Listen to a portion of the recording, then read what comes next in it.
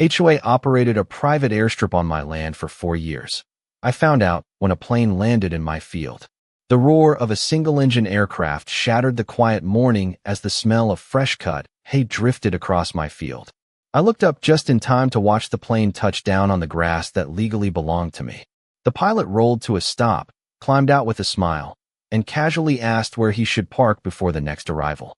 That was the exact moment I discovered my land had been operating as a private airstrip for 4 years without my knowledge. What happened next uncovered a scheme far bigger than a simple property dispute, and it would end with an entire HOA facing consequences they never imagined. But before we get into today's story, if you enjoy stories about justice, resilience, and unforgettable twists, please subscribe to the channel and click the notification bell so you never miss a new upload. Your support helps us continue bringing you cinematic stories like this one.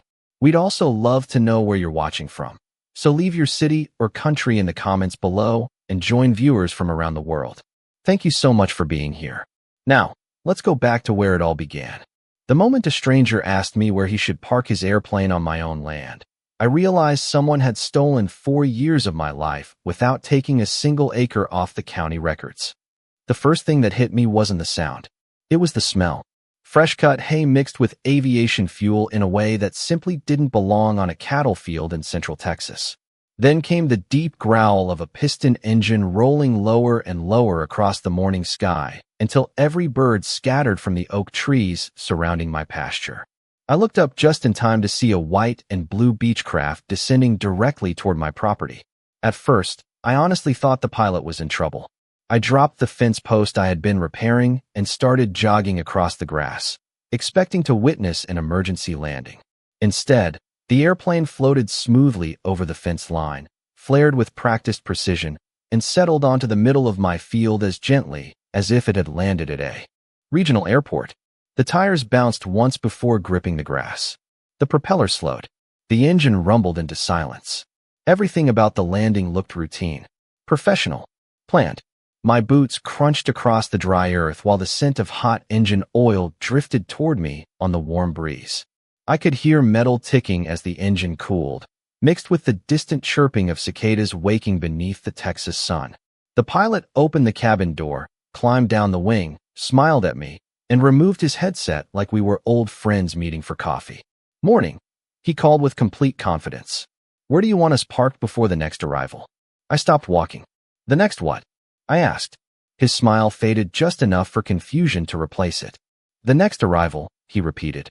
"We're scheduled in 15-minute intervals today." HOA said this strip would stay open until sunset. For a second, I honestly wondered if he had mistaken my ranch for somewhere else. I turned slowly, looking across the field I'd inherited from my grandfather almost 12 years earlier. The tall grass stretched nearly half a mile toward a tree line I knew by heart. I'd hunted deer there as a teenager.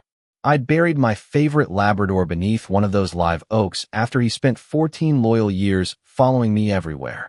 This wasn't some abandoned lot. This was family land. Then I noticed something I should have seen the moment I drove through the gate that morning. 2 faded white markers sat near opposite ends of the field. There were tire tracks I had assumed belonged to ranch trucks, except they were much wider than pickup tires. Beyond them stood short solar-powered lights tucked neatly into the grass, almost invisible unless you knew where to look. Suddenly, every strange detail I'd ignored over the past few years snapped together like pieces of a puzzle. The low-flying airplanes I'd occasionally heard while working out of state. The neighbors mentioning increased private air traffic. The fresh gravel road someone had quietly widened near the southern fence. None of it had been random. Someone had transformed my pasture into a functioning private airstrip while I was busy building highways across America, and somehow nobody had ever bothered telling the man whose name still appeared on every deed, every tax bill, and every county record connected to the land beneath that airplane. The pilot looked at me for another second before pulling a folded clipboard from the seat behind him. His eyes moved from the paper to my face and back again. "You are not with Willow Creek Estates?" he asked. I shook my head slowly. "I have never been with Willow Creek Estates." The confidence disappeared from his expression. He glanced toward the grass strip stretching behind his airplane, as if seeing it for the first time himself. "Well," he muttered, "that is not what we were told." I did not answer immediately because my mind had already drifted years into the past, long before anyone had painted invisible runways across my family's history. My name is Malcolm Carter. I am 38 years old, and for nearly 15 years I made a living building the roads and bridges that connect towns across Texas. Ironically, I spent my career helping people travel while rarely staying in one place myself. Highway projects have a way of consuming your calendar. One assignment becomes another, then another county calls, and before you realize it, months have passed without spending more than a weekend at home. That was exactly why I held on to the ranch instead of selling it. It was never about the money. My grandfather, Isaiah Carter, bought this property in 1968 after returning from military service with little more than determination and a pickup truck that leaked oil onto every driveway it touched. The land was only 112 acres back then, covered with mesquite, wild grass, and more rocks than anyone wanted to count. Everyone told him he was wasting his savings on worthless pasture. Grandpa just smiled, rolled up his sleeves, and kept working. Over the next 40 years, he built every fence by hand, repaired every windmill himself, and planted live oaks that now cast enough shade to cool an entire herd during the hottest Texas afternoons. He used to tell me that land remembered the people who respected it. As a kid, I never fully understood what he meant, but I remembered every sunrise we watched from the porch, every fence we mended together, and every lesson that came with the sound of hammer striking nail. Before he passed away, he handed me a worn leather folder containing every survey, tax receipt, deed, and handwritten note he had collected since buying the ranch. Paper matters, he always said. People forget. Records do not. I kept those documents locked inside a fireproof safe in my study, even after moving to Austin for work. The county taxes were paid automatically every year. A local ranch hand named Walter checked the cattle twice a week, repaired broken gates when storms rolled through, and called me whenever something looked unusual. He never mentioned airplanes. He never mentioned runway lights. He never mentioned an entire community operating what sounded like a private airport less than 200 yards from my northern fence. Standing beside that silent airplane, feeling the warm breeze carry the scent of cut grass and cooling metal across my boots, one question echoed louder than the engine that had landed only minutes earlier. If my name had never disappeared from the deed, how had an entire neighborhood somehow convinced hundreds of people that this place belonged to someone else? The pilot excused himself to make a phone call, but I barely noticed. My attention had shifted beyond the airplane toward the tree line on the northern edge of my property. Once you know where to look, ordinary things stop looking ordinary. I walked slowly across the field, the dry grass brushing against my jeans while the morning breeze carried the faint scent of aviation gasoline that had no business lingering over cattle pasture. 20 yards farther down, I found another white marker hidden beside a clump of wildflowers. It was weathered enough to tell me it had not been placed there yesterday. Someone had expected airplanes to line up with it over and over again. Another 50 yards revealed a row of low solar lights tucked neatly into the ground. During daylight, they blended almost perfectly into the landscape. At night, they would become a runway. My stomach tightened. This had not been a temporary shortcut. This was infrastructure. Quiet infrastructure. Deliberately hidden infrastructure. I climbed a small rise overlooking the neighboring subdivision, and for the first time, I truly noticed what had changed while I had spent years traveling from one construction project to another. Willow Creek Estates had grown into nearly 100 upscale homes with carefully landscaped entrances, decorative stone walls, and streets named after birds and rivers that had never existed here. Beyond the clubhouse sat a freshly paved parking lot filled with luxury sport utility vehicles and golf carts. Everything looked polished, expensive, and perfectly maintained. Then I spotted something that made my pulse slow instead of race. Near the back of the clubhouse stood a blue sign with a white airplane symbol and an arrow pointing toward my property. Even from several hundred feet away, I could read the words beneath it. Private air access. Authorized guests only. I actually laughed under my breath because the sheer confidence behind that sign was almost unbelievable. They had not hidden what they were doing. They had advertised it. They simply assumed nobody with actual ownership would ever return. That was when Walter's old pickup appeared on the ranch road, kicking up a trail of dust behind it. He climbed out looking just as surprised to see the airplane as I had been an hour earlier. "Malcolm," he called, removing his cap. "I thought you were not coming back until next week." I pointed toward the aircraft. "Walter, how often does this happen?" His face changed immediately. "You mean the airplanes?" I nodded. He looked uncomfortable, rubbing the back of his neck before answering. "Every weekend. Sometimes during the week, too. Been that way for years." I stared at him. "Years? I figured you knew." He shifted his boots in the gravel. "Everyone around here says the Homeowners Association leased the north pasture from you. Folks come and go. Small business planes mostly. Flight instructors sometimes. Last spring there was even a charity fly-in. They had food trucks and live music." Every sentence landed harder than the last. "Hey, charity event. Families, vendors, pilots, hundreds of visitors, all believing they had permission to use my ranch while I remained completely unaware." Walter reached into his truck and handed me a folded community newsletter he had picked up at the local feed store weeks earlier. Across the front page was a smiling photograph of a ribbon-cutting ceremony. Standing proudly in the center, wearing a cream-colored blazer and holding oversized ceremonial scissors, was Victoria Whitmore, president of Willow Creek Estates Homeowners Association. Behind her, in bold letters stretching across a banner, were the words that made everything suddenly personal. "Celebrating 4 successful years of Willow Creek Executive Airstrip." I folded the newsletter carefully and slid it into the leather document folder I had brought from the house. My grandfather used to tell me that paper could outlast memory, and standing there beside that airplane, I began to understand exactly what he meant. A smiling photograph in a community newsletter could not change a property deed, but it revealed something even more valuable. It showed confidence. The kind of confidence people only have when nobody has ever questioned them. I thanked Walter, told him not to mention my return to anyone, and drove toward the main entrance of Willow Creek Estates. The stone monument at the front gate looked brand new, surrounded by trimmed hedges, colorful flowers, and a small fountain that sparkled beneath the Texas sun. A uniformed security guard greeted every vehicle with a friendly wave, barely glancing at mine before lifting the gate. To him, I was just another visitor. As I rolled through the neighborhood, I noticed subtle details that suddenly carried new meaning. Decorative banners hanging from streetlights displayed a small airplane silhouette beside the community logo. Mailboxes featured matching metal emblems shaped like wings. Even the neighborhood coffee shop offered a drink called the Pilot's Blend. This airstrip was not a secret hidden from the community. It had become part of its identity.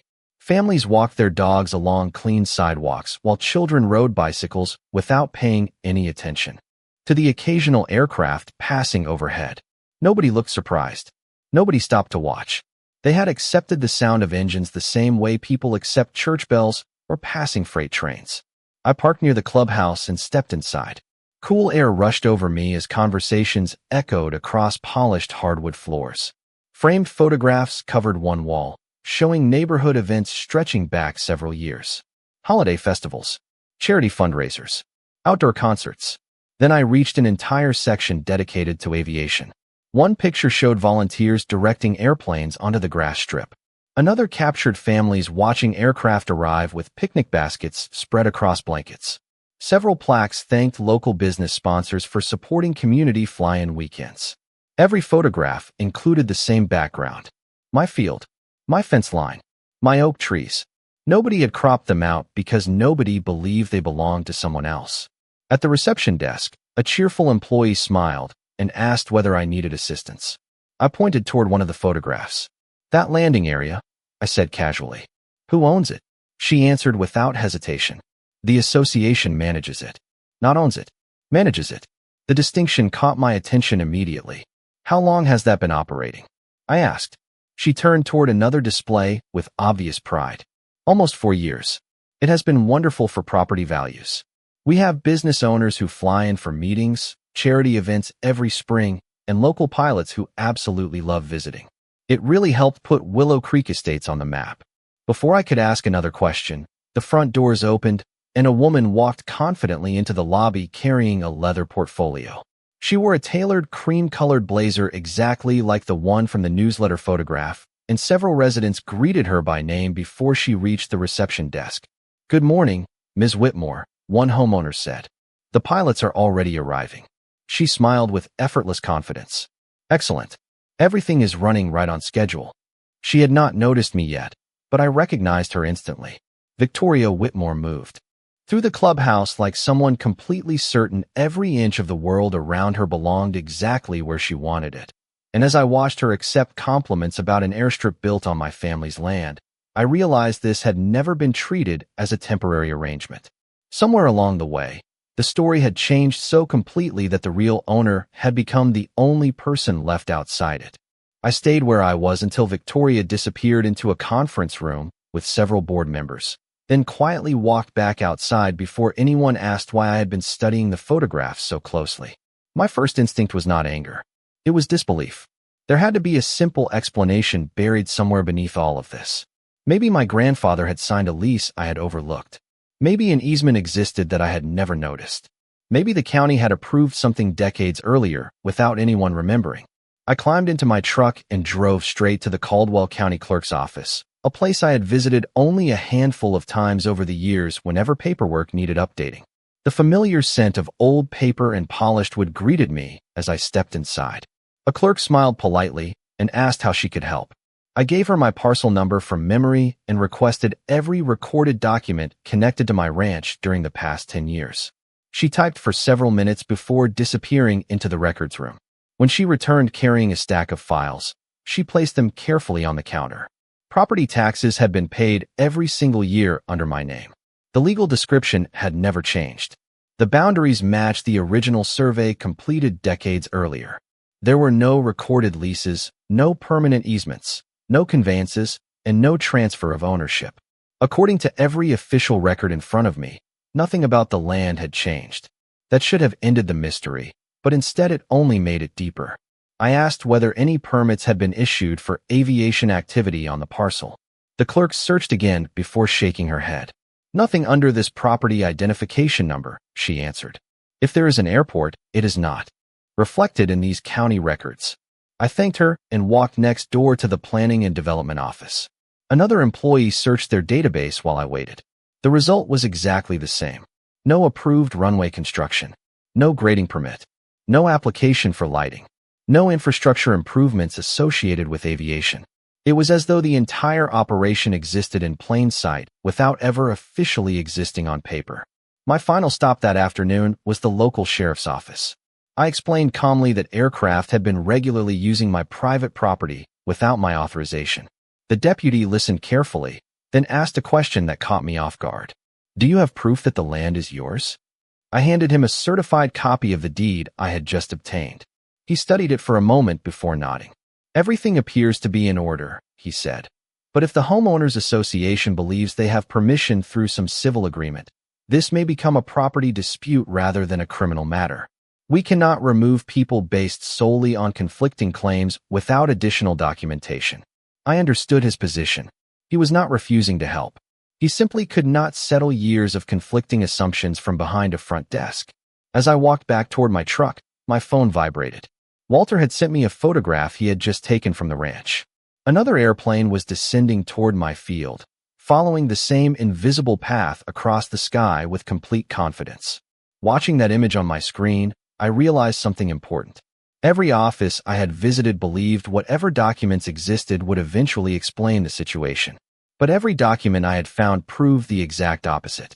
On paper, the airstrip did not exist. In reality, it had become so ordinary that nobody had questioned it for 4 years. And somewhere between those two truths was the one file that everyone else had somehow overlooked.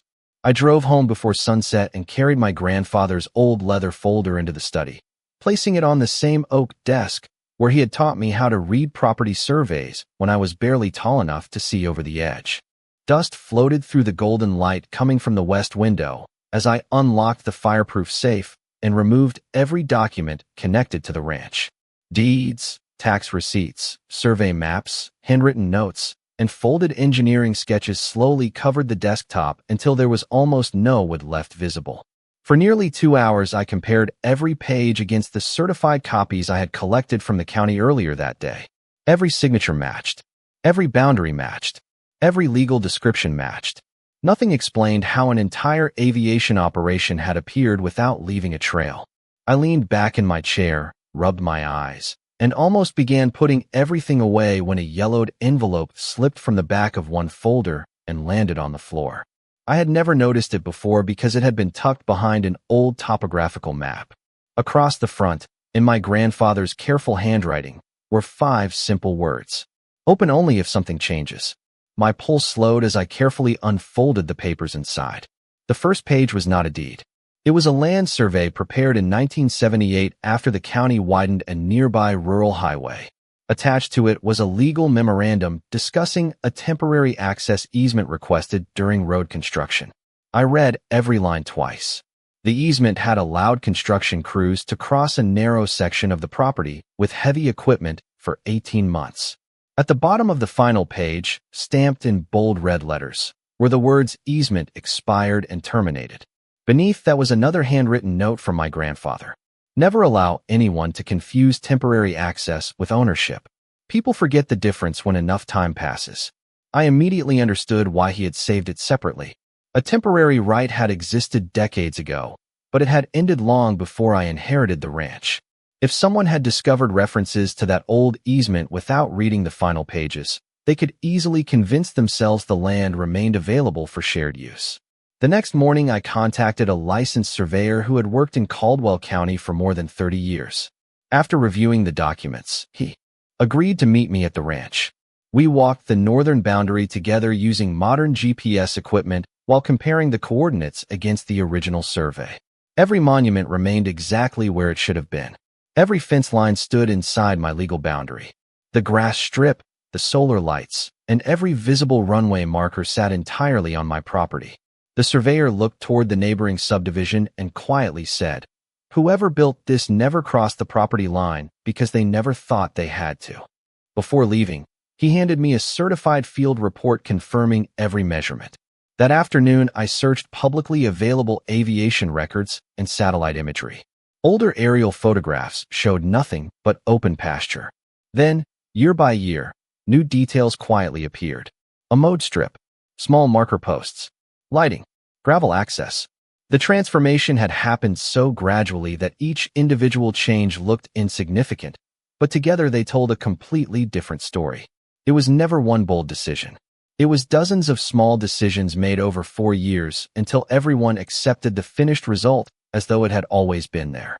Sitting at my desk that evening with the expired easement, the fresh survey, and years of aerial images spread before me, I finally understood that I was no longer searching for proof that the ranch belonged to me. I already had that. What I was building now was a timeline showing exactly how an assumption had slowly replaced the truth.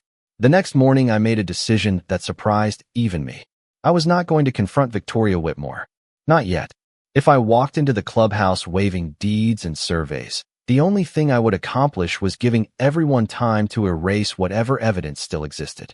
My grandfather had spent a lifetime teaching me that patience was not weakness. It was preparation. So instead of announcing my return, I quietly became the most attentive observer my own ranch had ever had. I installed several motion-activated cameras along the northern pasture where they blended naturally with fence posts and cedar trees. Every camera recorded the date, the time, and the exact location. I launched my small drone only from my side of the property, capturing wide aerial photographs that clearly showed every aircraft touching down inside my legal boundary before taxiing toward the temporary parking area. At night, I photographed the solar runway lights glowing across the grass like a string of tiny stars. During the day, I documented fresh tire marks, portable traffic cones, and directional signs that appeared before each weekend event. Nothing dramatic happened. That was exactly what made the evidence so powerful. It showed routine. It showed repetition. It showed that this was not an accident, but an organized operation. I also began keeping a notebook in the glove compartment of my truck. Every airplane arrival received its own entry with the registration number painted on the tail, the arrival time, the departure time, weather conditions, and any visible activity on the ground. Public aircraft registration databases allowed me to identify the owners of many of those airplanes without leaving my desk. Some belonged to local businesses. Others belonged to private individuals from neighboring counties. Several returned almost every weekend. Their consistent visits painted a picture far more convincing than any single photograph ever could. Walter agreed to help without drawing attention to himself. Whenever community events took place, he simply continued feeding cattle in distant pastures while quietly noting delivery trucks, catering vehicles, portable restrooms, and maintenance crews entering through the southern access road. We never crossed onto the subdivision's property, and we never interrupted anyone's activities. We simply watched. Meanwhile, I hired an experienced real estate attorney named Rebecca Lawson, whose office specialized in property rights and boundary disputes. I spread every document across her conference table, from my grandfather's expired easement to the fresh survey and the growing collection of photographs. She read everything without interrupting, occasionally making notes with a yellow pencil. When she finally looked up, she did not appear shocked. She appeared focused. "Malcolm," she said calmly, "you already have ownership. What you are building now is something even stronger. You are establishing a continuous pattern of unauthorized use." She advised me not to send demand letters yet. Instead, she wanted every piece of evidence organized into a clear timeline that could be understood by anyone who had never seen the property before. Over the following 2 weeks, the file continued to grow. Flight logs from publicly available tracking services matched my camera timestamps almost perfectly. Drone photographs aligned with county parcel maps. Survey coordinates matched every visible runway marker. Piece by piece, the assumptions that had protected the airstrip for 4 years were being replaced by facts that could be verified from multiple independent sources. By the time another busy Saturday arrived and airplanes once again lined up above my pasture as though nothing had changed, I realized I was no longer wondering whether I could prove the truth. The truth was documenting itself, one landing at a time, and every ordinary weekend was quietly becoming another chapter in the case that would eventually change everything. On the third Saturday after I began documenting everything, the routine unfolded with the same confidence I had watched for weeks. Just after 8 o'clock that morning, the first airplane appeared over the eastern tree line, followed by another less than 20 minutes later. Families gathered near the clubhouse with folding chairs and coffee cups while volunteers directed arriving visitors toward the grass parking area beside my pasture.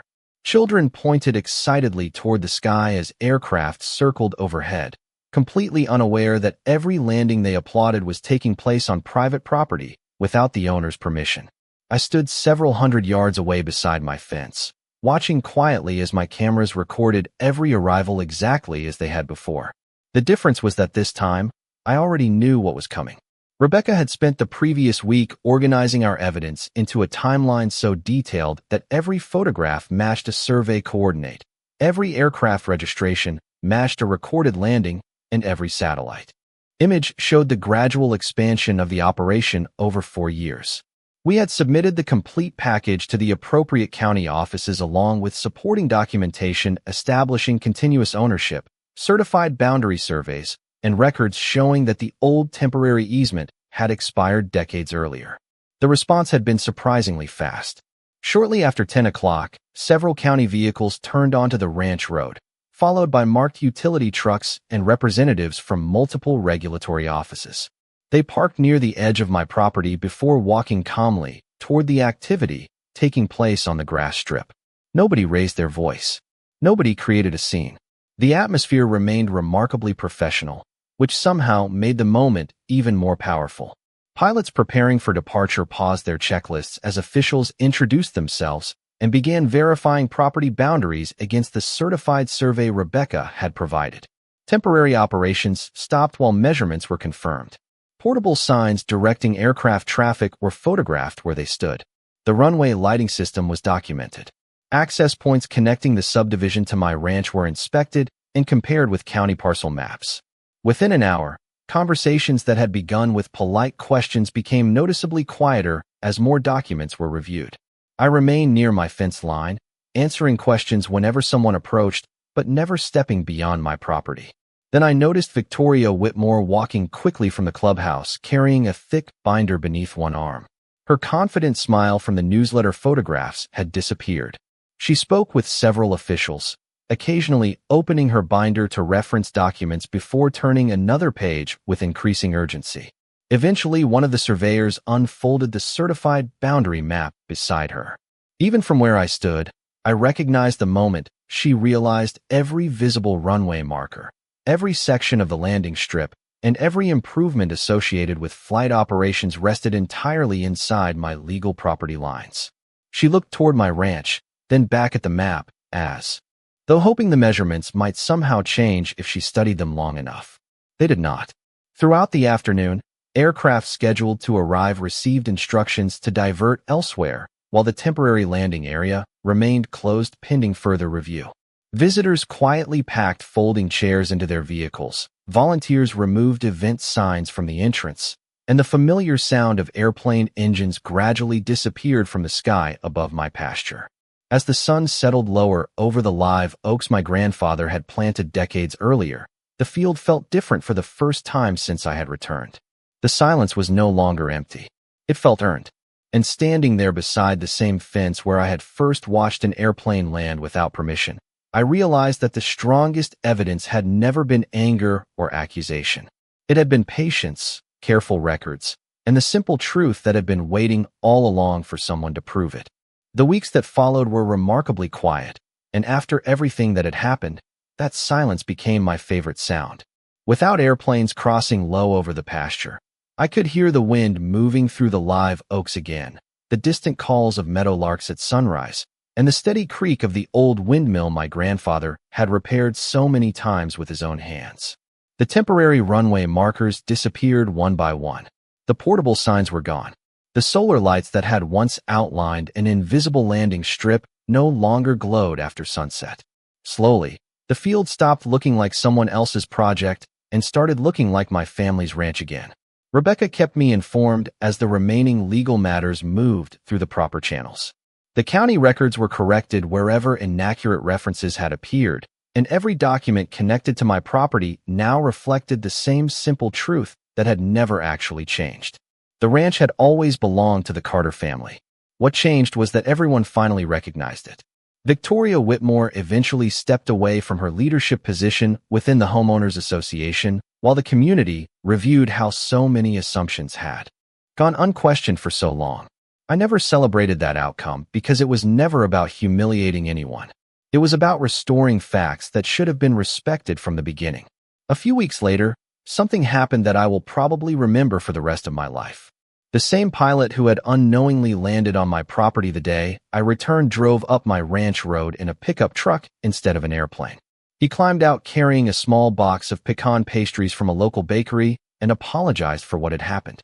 He explained that every visiting pilot had genuinely believed the landing area had been properly authorized. They had relied on information provided to them, just as most people naturally would. We spent nearly an hour talking beneath the shade of the porch while looking across the pasture where airplanes had once lined up every weekend. Before leaving, he smiled and said, "I think your grandfather would be proud that you protected this place the same way he did." Those words stayed with me long after his truck disappeared down the gravel road. A month later, Walter helped me reseed the sections of pasture where repeated landings had worn the grass thin. Fresh green shoots slowly replaced old tire tracks until even the ground seemed ready to forget what had happened. Near the northern fence, I installed a simple cedar sign built from lumber cut on the ranch itself. It did not mention lawsuits, homeowners associations, or airplanes. It only carried 2 lines carved into the wood. Carter Family Ranch. Private property. Every evening after finishing chores, I found myself pausing beside that sign before heading back toward the house. Not because I needed to remind anyone who owned the land, but because it reminded me of something much more important. Ownership is not only protected by fences or paperwork. It is protected by paying attention before assumptions become accepted as truth. Looking back now, I realized the most extraordinary part of the entire experience was not discovering an unauthorized airstrip on my property. It was discovering how easily a repeated story can replace reality when nobody stops to verify the facts. My grandfather had left me more than a ranch. He had left me patience, careful records, and the wisdom to understand that truth does not become stronger because it is spoken loudly. It becomes stronger because it can be proven. As the sun settles behind the oak trees each evening and the only tracks crossing the pasture belong to cattle instead of airplanes, I know the land remembers exactly what he taught me all those years ago. And now so do I.